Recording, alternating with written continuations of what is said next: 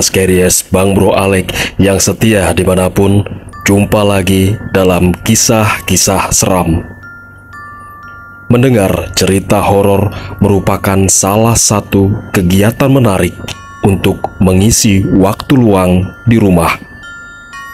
Kalau kamu berani, berikut ini adalah kumpulan cerita seram, kisah nyata, dan fiksi. Bagi sebagian orang, cerita hantu memang sangat menyenangkan karena bisa memicu adrenalin. Selain menimbulkan kesenangan tersendiri, mendengarkan cerita horor juga bisa menguji keberanian. Jadi, bagi kamu yang sebelumnya penakut dengan cerita hantu seram, lambat laun tidak akan takut lagi. Sebelum saya memulai menarasikan kisah-kisah seram, mohon dukungannya untuk subscribe, like, komen, dan share, serta nyalakan tombol notifikasi agar kalian selalu mendapatkan update terbaru video kisah-kisah seram dari channel ini. Terima kasih. Bagi yang merasa takut, sebaiknya jangan mendengarkan sendirian ya. Bikin merinding. Korban tumbal. Cerita ini benar-benar terjadi. Saya mempunyai adik perempuan yang selisih umurnya 2 tahun di bawah saya. Sejak dia pindah rumah ke rumah mertuanya, dia sering sakit-sakitan. Hidupnya selalu kekurangan. Tapi dia wanita yang gak mau tinggal diam. Dia mencari cara untuk mencukupi kebutuhan keluarganya dengan berjualan makanan di depan rumahnya. Dan alhamdulillah, dagangannya laris manis. Tapi sejak saat itu, sakitnya malah makin parah. Dia sering mengeluarkan darah berwarna kehitaman dari kemaluannya, seperti orang yang sedang datang bulan. Dan dia sering merasakan sakit di perutnya. Lalu, dia berobat ke dokter dan dilakukan USG. Dokter bilang dia hamil. Dia sering cerita ke saya tentang penyakitnya. Tapi dia senang waktu tahu kalau ternyata dia hamil. Saya yang mendengarnya tidak langsung percaya. Saat saya lihat foto USG-nya, saya bilang, ini kok aneh ya? Biasanya USG kandungan di awal kehamilan gambarnya bulat. Tapi ini kok seperti gunung kecil ya, hampir mirip segitiga. Lalu saya menganjurkan dia untuk beli test pack.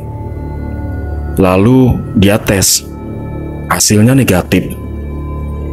Kemudian dia coba sekali lagi, hasilnya tetap sama, negatif juga. Sejak itu, dia mulai pergi berobat ke orang pintar, seorang kakek.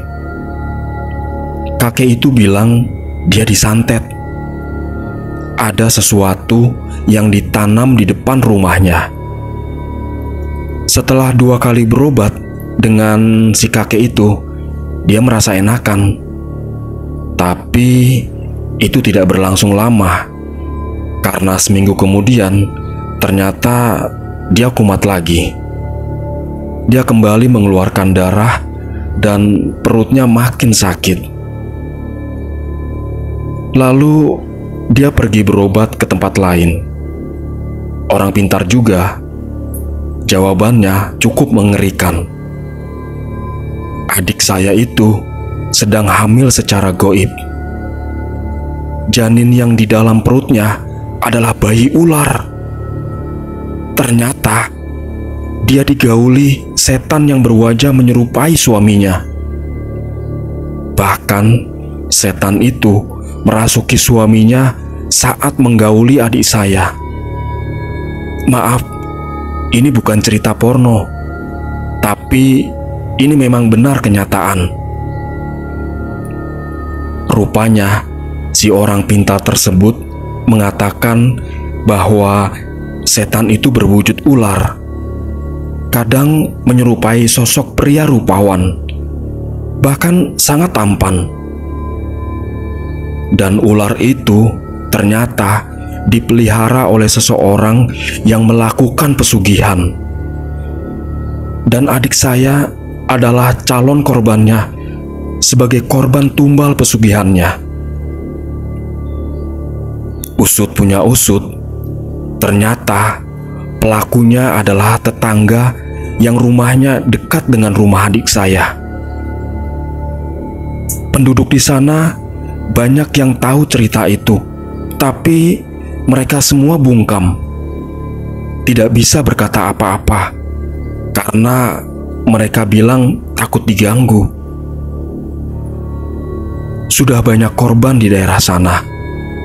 Semua korbannya adalah wanita muda yang berusia sekitar 20 hingga 35 tahun.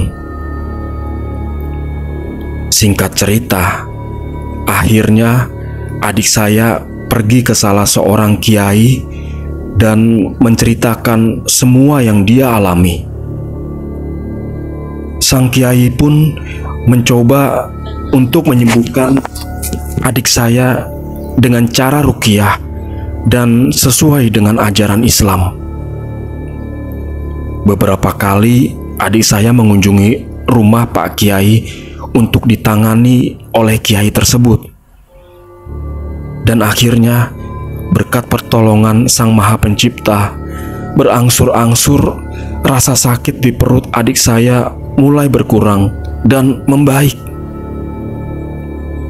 Setelah kejadian yang menimpa adik saya tersebut, atas rundingan keluarga dan juga suaminya, serta demi kesehatan, akhirnya adik saya dan suaminya pindah rumah dari sana.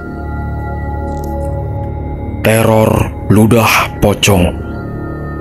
Desi dan Bima adalah perawat baru di salah satu rumah sakit terseram di kota J.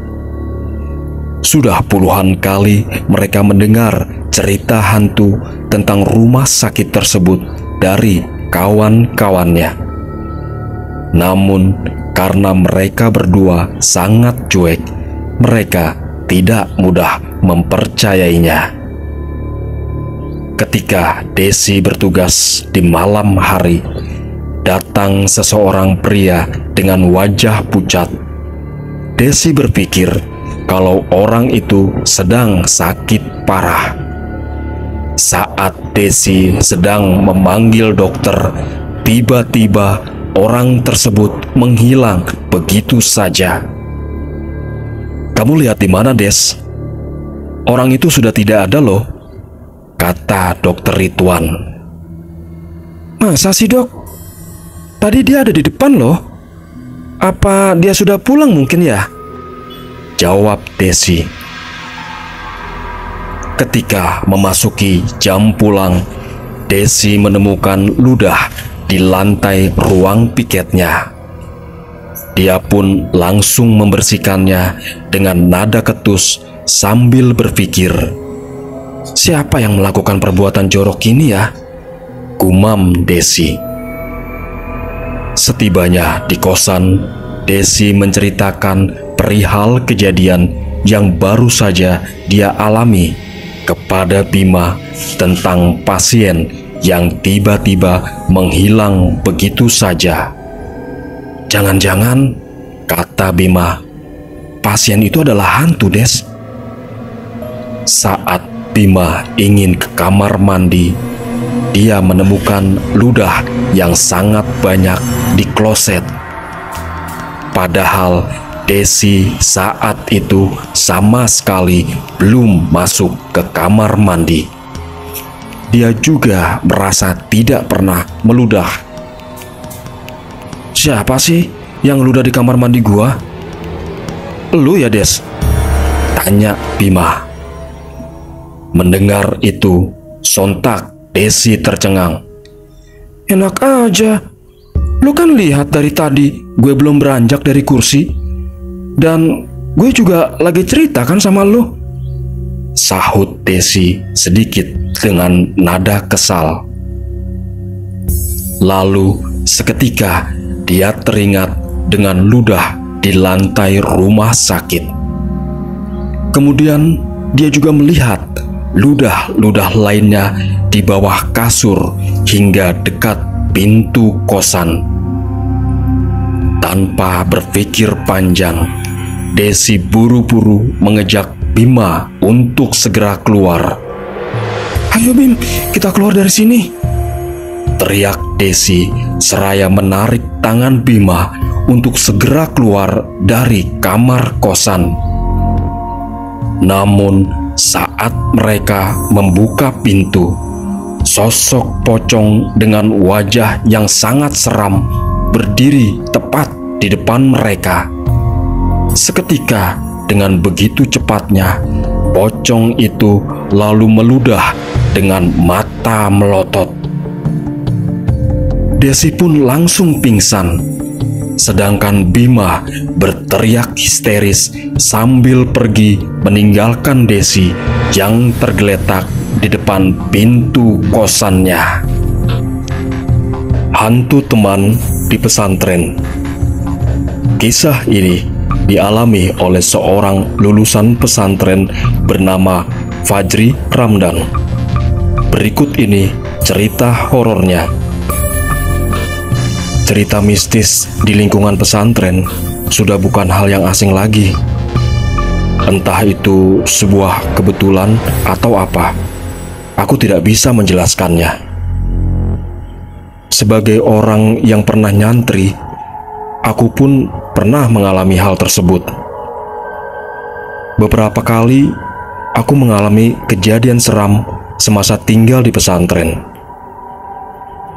Ada satu kejadian yang masih kuingat sampai sekarang. Padahal kejadian tersebut sudah belasan tahun berlalu. Jadi, pada suatu malam, aku dan temanku bernama Amin sedang diam di lantai 2 asrama sambil menyetrika baju. Saat itu, pesantren sedang libur, sehingga kami bisa menghabiskan waktu dengan melakukan kegiatan yang kami inginkan, karena memang kegiatan rutin santri sedang diliburkan. Banyak juga anak-anak yang pulang kampung karena liburan yang cukup lama.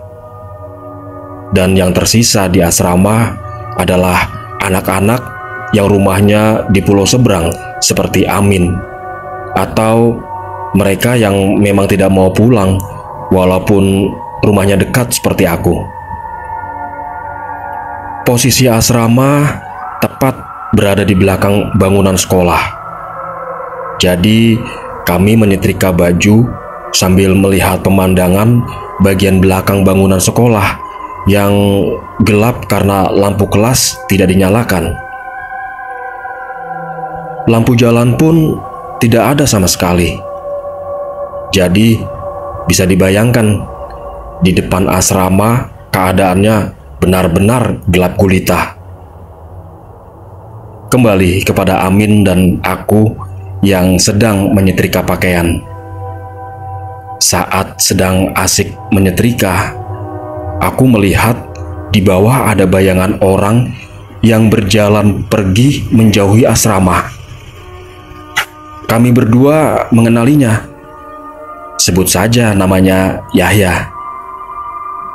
Amin lalu memanggilnya sambil agak berteriak karena memang kami berada di lantai yang berbeda. Dan ternyata Yahya pun menyahut. Dan terjadilah percakapan singkat antara keduanya. Tapi aku lupa apa isi perbincangannya. Selesai berbincang, orang itu pergi menjauhi asrama melewati bangunan sekolah yang gelap gulita. kami pun kembali melanjutkan kegiatan menyetrika pakaian sampai tiba-tiba dari dalam kamar ada seorang teman bertanya kepada Amin. "Min, kamu mau ngobrol dengan siapa?" tanyanya. "Si Yahya," jawab Amin singkat. "Hah? Dia kan sudah pulang dari tadi siang ke Jakarta." Rupanya aku baru ingat, Yahya memang pulang dijemput oleh keluarganya. "Hah? Masa? Lalu yang berbicara denganku barusan siapa?" tanya Amin sambil kebingungan. Pertanyaan Amin itu kemudian menjadi akhir dari kegiatan kami menyetrika pakaian. Dan saat itu juga kami pun langsung buru-buru masuk ke dalam kamar. Sementara baju-baju yang belum sempat kami setrika semua terpaksa kami biarkan bercecer di meja setrika. Biarlah nanti pagi dibereskan. Dan pada malam itu terpaksa kami tidur berdempetan di kasur yang sempit karena sakingnya kami ketakutan. Kisah Reni disukai ratusan jin. Kisah horor nyata ini dialami oleh Adit pada 2007 lalu. Ketika itu, Adit dan keluarga memiliki sebuah rumah baru di pinggiran kota Bandung. Rumah itu berdiri di atas lahan bekas rawa-rawa dan dijadikan sebuah kawasan perumahan yang luas. Setiap 1 minggu sekali, Adit dan keluarga meninjau rumah tersebut untuk melihat progres pembangunannya. Suatu waktu, dia datang dengan perasaan tidak enak. Menjelang waktu maghrib, usai melihat rumah barunya, Adit kembali ke rumahnya di kawasan Riung, Bandung. Di tengah perjalanan pulang, pembantunya yang bernama Reni mengaku tangannya dicolek oleh seseorang. Padahal ketika itu tak ada seorang pun yang mencoleknya. Pada perjalanan yang belum terlalu jauh, Reni mendadak kesurupan. Sontak semua orang yang berada di dalam mobil terkejut. Adit yang membawa mobil pun mengaku bahwa mobilnya menjadi berat meskipun pedal gas sudah diinjak sekuat tenaga. "Ren, kamu kenapa?" tanya ibu Adit. Melihat Reni semakin memberontak, Adit sadar bahwa Reni kesurupan. Suaranya menjadi lantang dan tenaganya sangat kuat. Kondisi Reni makin mengkhawatirkan dan sesekali ingin keluar dari mobil. "Reni mau pulang lagi. Ada yang nungguin Reni," katanya. Bapak Adit kemudian menelepon seorang ustadz di kawasan Antapani karena khawatir dengan keadaannya. Kebetulan posisi saat itu tidak terlalu jauh ke kawasan tersebut. Adit pun membawa mobilnya ke rumah Pak Ustadz. Setiba di rumah Ustadz, Reni mendadak pulih. Adit pun menjelaskan kronologinya pada Pak Ustadz. Mendengar ada yang mencolek tangannya, Pak Ustadz mengatakan jika Reni disukai oleh jin. Tidak cuma satu sosok, tetapi ratusan jin. Reni kemudian diberi air doa oleh Pak Ustadz. Mereka pun kembali melanjutkan perjalanan pulang. Namun, kejadian seram kembali terjadi.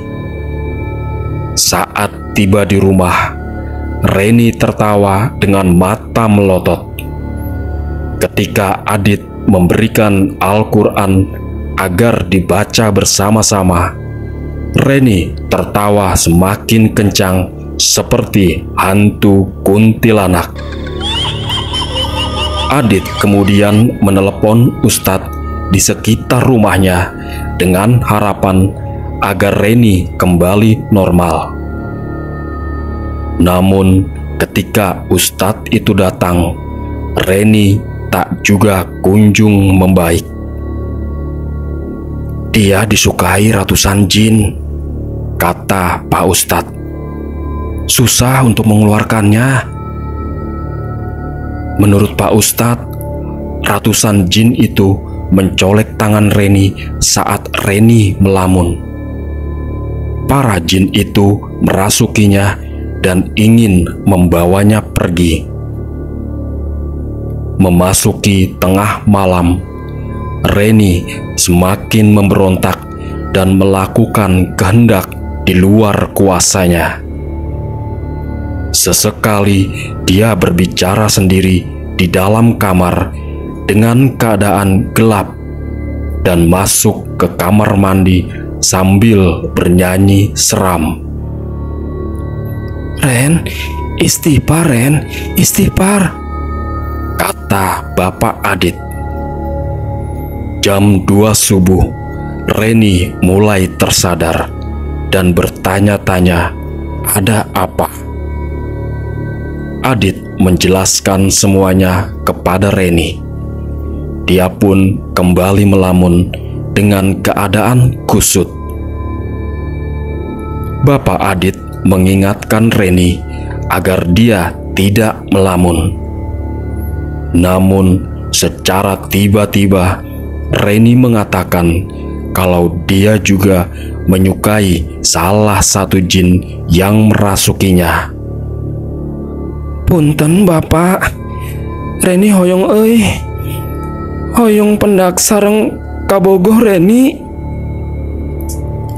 "Maaf Bapak, Reni ingin pulang, ingin bertemu pacar Reni," ujar dia dengan nada Sundanya yang kental.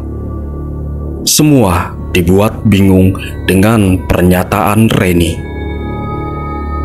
Adit mengatakan kalau Reni melantur dan memintanya untuk beristighfar. Hari demi hari berlalu dan kondisi Reni makin memburuk. Tidak ada seorang pun yang bisa membuatnya pulih. Hal ini diperparah karena Reni ingin jin yang di tubuhnya jangan pergi. Suatu waktu, ayah Reni berkunjung untuk melihat kondisi anaknya. Menurut ayahnya, Reni memang sering melamun pasca ditinggal pacarnya yang meninggal. Pada akhirnya, Reni dibawa pulang ke Garut oleh ayahnya. Kabar terakhir yang diterima Adit, kondisi Reni belum sepenuhnya pulih. Tubuhnya makin kurus, rambutnya tidak terurus, suka menyendiri, dan makin sering melamun. Menurut ajengan di kampungnya, jin di dalam tubuh Reni memang sudah tidak sebanyak sebelumnya. Namun, ajengan tersebut mengatakan bahwa Reni juga menyukai para jin tersebut, sehingga membuatnya tidak bisa lepas dari gangguan jin.